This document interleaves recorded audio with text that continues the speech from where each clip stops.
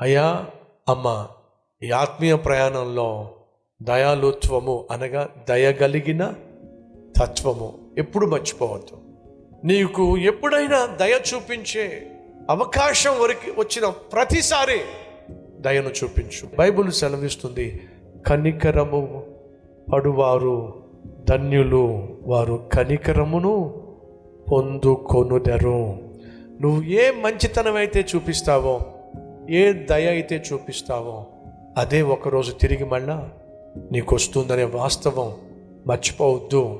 ఆ రోజు దావీదు రోడ్డు పక్కన పడి ఉన్నవాడిని ఎందుకు పట్టించుకున్నాడు అంటే, ధర్మశాస్త్రంలో ఉందండి.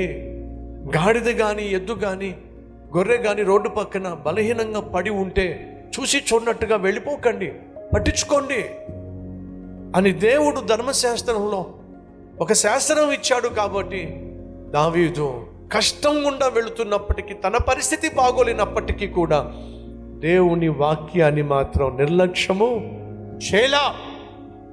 మన జీవితంలో మనం కష్టాలు గుండా, నష్టాలు గుండా, ఇరుకు ఇబ్బందులు గుండా వెళుతున్నప్పటికీ ఆత్మదేవుడు నీలో ఉన్నట్లయితే ఖచ్చితంగా నువ్వు అనేక మంది పట్ల దయను చూపిస్తావు. నువ్వు దయను చూపిస్తే దేవుడు నీకు దయను చూపిస్తాడు.